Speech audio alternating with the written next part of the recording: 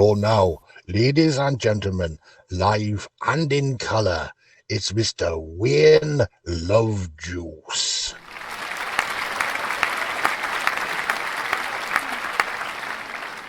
The other day our producer Louis had a chat with an interesting chappie who said that the YouTube algorithms really aren't that happy if a channel only broadcasts once a week, so we decided we could text ya whenever we've got a piece of news in our new book on the track Xtra.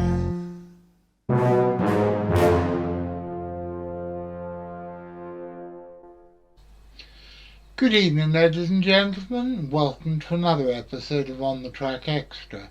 My name's John Downs. I'm the director of the Centre for Fortean Zoology, and as regular viewers will know, and new viewers may not, twice a week on Wednesday evenings, like this episode, we go out for about a quarter of an hour at 6:30, and on Saturday afternoons we go out for about half an hour at 3 o'clock in the afternoon. So, what's the show all about? Well, once upon a time I used to use all sorts of slightly pretentious sounding foreign words, describing it as a potpourri or a mélange, but actually it's a sort of whole lot sort of general mishmash, an explanation that I got from one of Douglas Adams's books, and I'm still waiting for somebody to tell me which one it was. Please, if you know, can you write it in the description below? But we put together twice a week a whole general mishmash of hard science, weird shit, and surreality. What's surreality, you may ask? Well, Jeff, we've got some exciting news this week, haven't we? Barry, we've got some exciting news. There's a great new segment of the show. What's it called, Jeff? It's called Thrills Incorporated. This week's episode is entitled The Catwomen of Ganymede. Thrills Incorporated. And I'm sure that makes it completely self-explanatory. I'd like to say a big thank you to all the people who sent me good wishes when I was ill last week. I really truly was not feeling at all well, and although I'm still in quite a lot of pain, I'm not woozy and I'm functioning reasonably well now. And a big thank you goes out to Daisy in Germany, who's an old friend of the show and who sent me this. Happy the calf was born in Australia on a farm a few weeks ago, and because of the markings on his side, which look a bit like a smiley face emoji, the workers on the farm took such pity on him that the owners have decided that he won't be sold and he won't be sent to the abattoir, and instead is going to live out a happy future wandering around the farm acting as a sort of bovine lawnmower. Well, I'm not sure what it is about cows in Australia this week, but Miss Maxine sent me this story. I have seen this picture before, and I think it was sent to me by Charlotte, Miss Charlotte now, some years ago. But it is the story of a male, I was going to say male cow, it isn't, of a bull whose name is Knickers, for some unknown reason. And if you notice in the background there, just as we're talking about Frisian cows with their black and white markings, we have Squeaky Biscuit with her black and white markings photobombing. Is it photobombing or video bombing? I don't know. Photobombing the item. Online I've seen the explanation that the reason that Knickers has grown so large is simply because he is male, and that male cattle grow considerably larger than female. But I'm surprised to see him being this size. Apparently Knickers is nearly 6'4" in height and weighs 1.4 tons. That's nearly as tall as I used to be. and considerably heavier. And now for some more good news, except this time the good news doesn't involve cattle, or I don't think so anyway. I first started publishing the CFZ journal Animals and Men in the spring of 1994, which was 23 years ago, and as all good Discordians know, 23 is a very important number, because 23 years later, after a gap of I think 6 years, we're now back publishing it again in hard copy.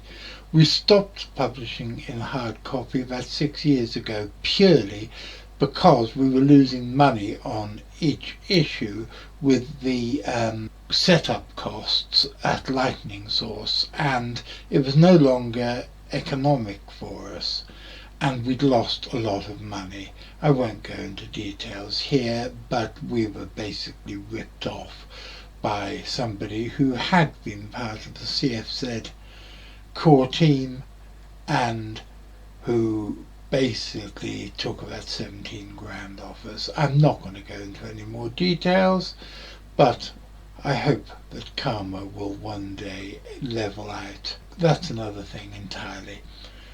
We are now back once again publishing Animals and Men in hard copy.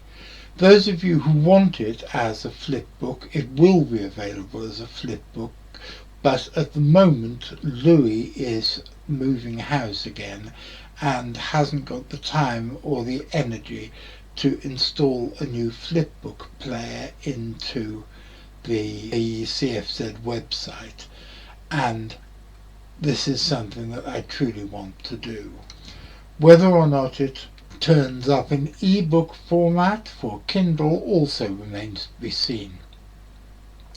But in the meantime, you can go onto Amazon, at least amazon.co.uk and amazon.com, and you can buy a copy of this remarkable Renaissance issue. And so what is in this issue?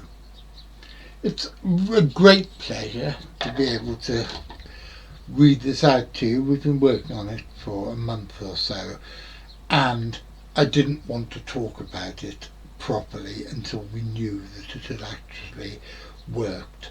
But it has the editorial, community notices, in memoriam obituaries, Newsfile, new and rediscovered, Newsfile BHM, Newsfile Bigcat, Newsfile Aquatic Mysteries, Krakens in Spain, From Myth to Reality by Javier Resines, Escaped and Reported Crocodiles in Continental Europe by Ulrich Magin, The Yeti of the Himalayas by Saarthak Halder, and book reviews.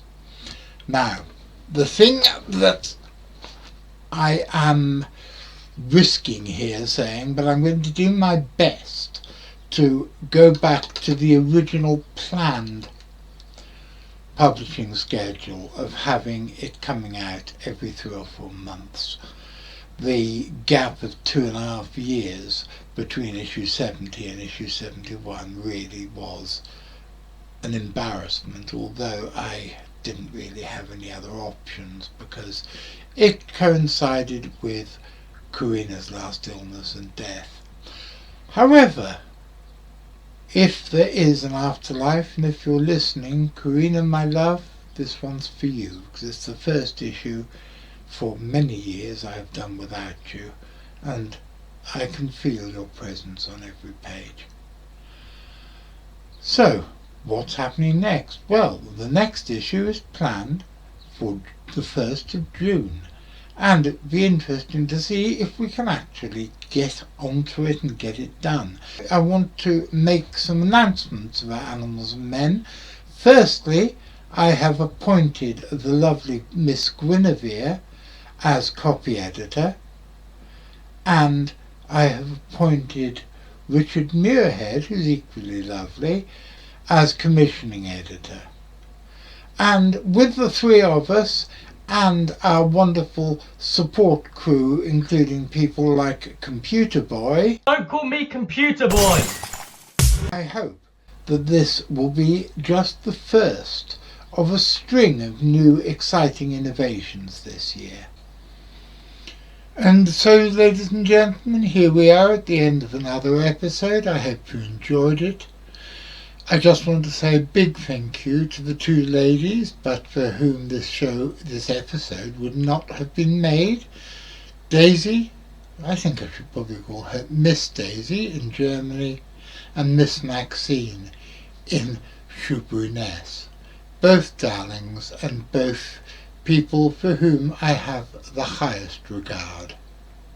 I also want to say a big thank you to my producer Louis and to Graham Inglis, who, as well as being Deputy Director of the Centre for Fortean Zoology, also acts as my carer and has spent much of the last 3 months pushing me round and round the labyrinthine corridors of North Devon District Hospital and Biddeford District Hospital in my wheelchair. Thank you, mate. But for you, I wouldn't be able to do any of this. So, I'll be back again on Saturday. What are we going to be talking on Saturday about? Well, I've actually messed up the last 2 times when I said that what we were going to be able to be doing on Saturday. I think, with a capital F, that it is going to be a discussion with Richard Muirhead and Richard Freeman about their favourite stories from the first 6 the first 6 issues of Flying Snake magazine. But I could be wrong, I quite often am. And I'll be back next Wednesday, and you don't even want to begin to ask what I'm going to be talking about next Wednesday, because I haven't a clue. But I'll be talking about something. So, if you're ready, Mr. McQuinlan, if you're here on Saturday ready to watch it, I'll be seeing you.